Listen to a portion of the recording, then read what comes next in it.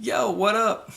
I am still wearing the same shirt as I have the past 3 videos because it's the same day. This is video 4 out of 6, so deal with it. Um, the video topic for today, this week, is MEDSA'LEAR. MEDSA'LEAR is a swampish kingdom of Metagore. It is right beside Auburn and right beside Ringwood, right below Brown. Yeah. Look at that picture. That picture shows you. I don't know. That's a map of Metagore. That is where MEDSA'LEAR is. Yeah. Okay.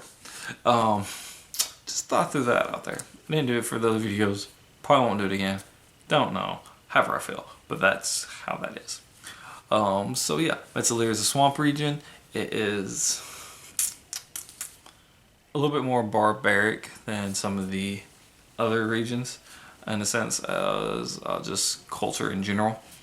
I also had Leo do a illustration of Caprin, which is the Grand Duke for MEDSA'LEAR, also the Lord after the war breaks out.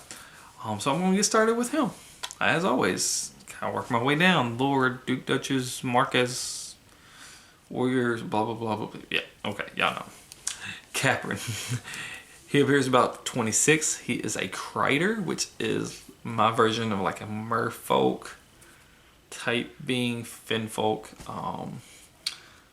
They're an aquatic species in a sense. He's, like I say, he appears about 26 years old. He has to be the center of attention. He is all over the place.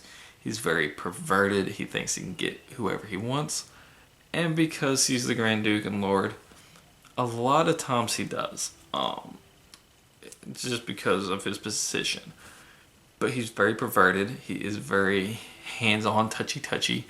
And he's always telling fictitious stories so that he seems to be better than what he is. He likes to be the center of attention. He likes all eyes on him. There's a couple stories that he tells throughout the story of my debut novel about for Metagore. There's a few stories he tells. You'll get a kick out of them. Just go click that link and buy it and read it. It's yeah. But I envision him like Jack Sparrow from Pirates of the Caribbean, just kind of whatever kind of half drunken walk, whatever overly dramatic gestures, the bows and the curtsies and the faces and whatever is Caprin 100%. He's like the drunk, crazy life of the party dude right there. Yeah. After him, you got Allure. Allure is the Duchess. She is a siren.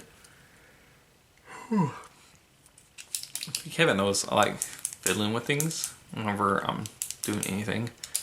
But anyway, back to what I was talking about. Allure, she is the Duchess of MEDSA'LEAR. She's a siren. She appears about 24 years old. She is originally from Valkyrie. Valkyrie is a island kingdom, just kind of like southwest of Metagore. Southwest of Metagore. If I say MEDSA'LEAR, I guess it would be southwest MEDSA'LEAR. Southwest of Metagore. It's a small island. Her parents are the king and queen of that kingdom.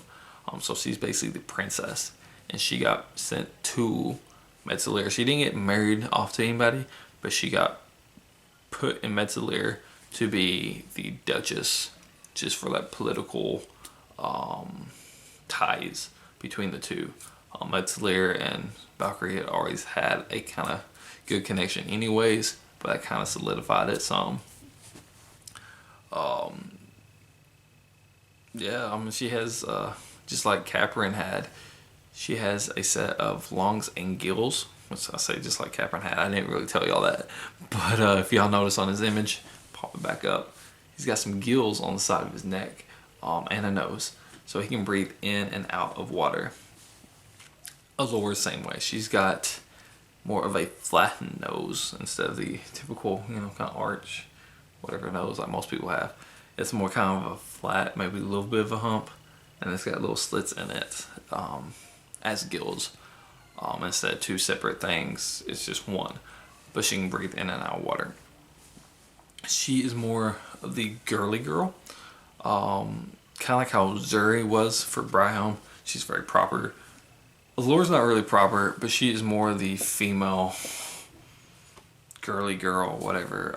She likes wearing makeup, even though she is a siren and is in water a lot, and it gets washed off. But she does like the relaxing qualities it gives her as she's putting it on and keeping herself look younger, even though she's not really that old anyways. She just likes to feel, young and beautiful. My wife's phone's back there and just went vroom, vroom. But so yeah, that's Allure. She's kind of flirtatious and perverted a little bit like Caprin.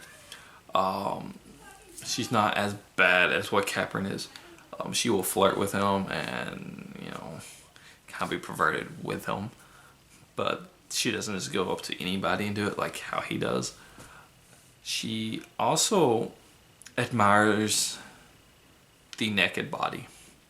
She is nude in one of the scenes, and the Marquess comes in and he's kind of starts shutting his eyes and stuff. And she's like, no. So this is the body that, the gods created. They don't create anything to be shunned. This, one's true form, admire and praise it, So she's very open with her skin. She's not ashamed of it. So yeah. The next character is Lucan. He is the Marquess of MEDSA'LEAR. He appears to be about 62 years old. He's a lich. He's got the yellow cat eyes, pasty white skin. He doesn't necessarily agree with Caprin and his rulings. He's still, faithful. He does his job. He listens to Caprin, but he doesn't always agree with it. Caprin, how he got to be Grand Duke is because of a political cult known as the Blue Fangs. It's just kind of briefly mentioned in the story about how Caprin got to be there, and Lucan is aware of that, and he is kind of disgusted by it.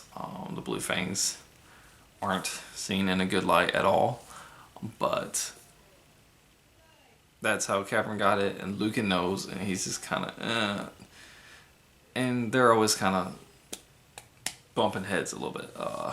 They're not, he doesn't see eye to eye. That's what I'm trying to say. Next character is Percy. Percy would probably have to be my second favorite character from MEDSA'LEAR. Caprin was my favorite to write for because he's just out there. Percy is my second favorite. She appears to be about 25. She is a dryad, so she's got green eyes, got these vines and leaves and some flowers kind of blooming in her hair. She's got chestnut brown hair, kind of got an olive skin tone, and she's got the body of someone, who is admired. She's very beautiful, and she knows it, and she flaunts her stuff around. But she's kind of stuck up, but at the same time, after having to deal with Caprin, her stuck-upness kind of is more of a, I ain't gonna go for you type of thing just because how Caprin is. So it's kind of not that bad in a sense. Caprin flirts with her a lot, and she just completely shuts him down, denies him. It's like, nope. He tries to kiss her, and she's like, no. And stuff like that. But she is the, I don't know what the title would be, really. She works at the docks. She is like a mechanic, I guess, carpenter, for the docks for the ships of MEDSA'LEAR. MEDSA'LEAR is a huge fishing community, and they have a large fleet of ships, about I think 20, not really that large, but roughly about 20 regular ships, as well as numerous smaller boats, but actual, larger vessels, roughly 20. And she's like the repair person that's kind of in charge of that. She kind of makes sure they're all clean. There's no damage. If there is damage, she makes sure it gets fixed. This and that. That's her job. And she's got a personality. Her and Allure, they're best friends, and they gossip about Caprin a lot. Because like I said, Allure will flirt back with Caprin. Percy does not. Percy just, no. Allure's like, yeah, she'll entertain it in a sense. Yeah. After that, you got some warriors. There's 3 that you really kind of follow some. The first one's Nerik. Nerik. Basically my name with the D or an N instead of a D. So it's Nerek. Nerik. He's an ogre. He's tall and slim. So he's not like the big, buff one. He's more of a kind of slender one. He's got a caved in skull on one side. Like he's been hit by a mace or a club or something like on the side of his skull, and it's kind of caved in. So he doesn't speak properly. He kind of speaks broken English in a sense. He's not the brightest. And he is the commander who's in charge of leading the Lyrish into their attack against Ringwood, which is where they head first, since that's kind of right next to them. You got the Diamond River and Albion on one side, and you got Ringwood and Thunderlands on the other side. That's the direction that they had when they first set out for the wars towards Ringwood, and Nerik is the one who is leading that campaign in a sense. Next warrior is Cilius. Cilius is another Kreider, kind of like Caprin. He is kind of put in charge of a group of 30 men. It's him and 29 others, and they are seeking to find a Hydra which lurks in the swamps. And Caprin's brilliant idea is to have the Hydra help them fight the other kingdoms.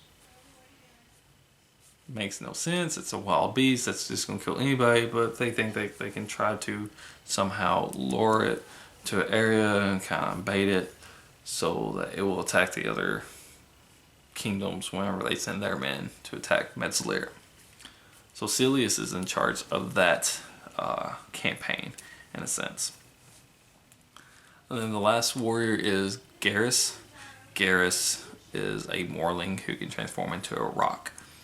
Not a rock like a stone or a pebble or anything like that. A rock as in the bird.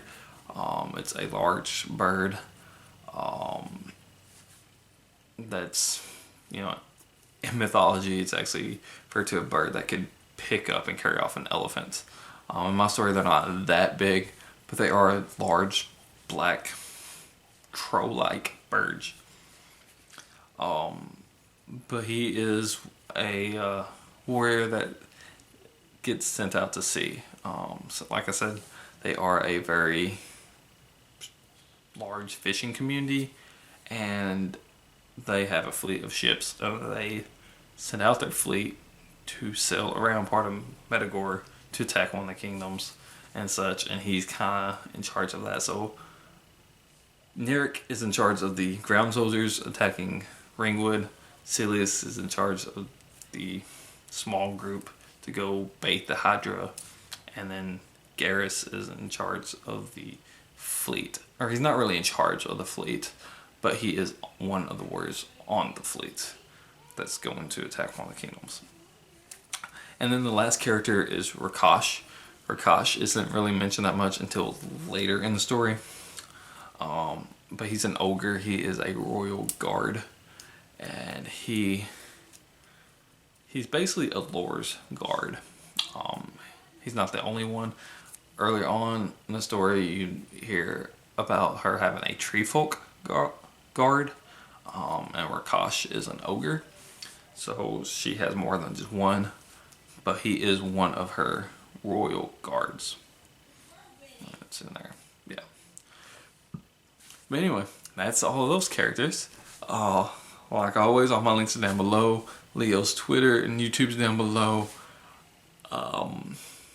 I got a pre-sale giveaway, pre-order links down below. All of that. I will be doing a history of main events that took place in MEDSA'LEAR, a little bit more of the Blue Fangs. All that will be in a blog. If y'all want to know more about that and the actual nitty-gritty of some of the stuff, let me know. I'll try and answer it, do another video or whatever. Just, you know, leave comments and such. Give it a like, hit that bell, subscribe, do what you do. I don't know. Just, yeah. I hope y'all enjoy these videos, because I don't know what the hell I'm doing. But yeah, that's it. Yelly. Peace out. Yo. Body love everybody. I've just messed that all up.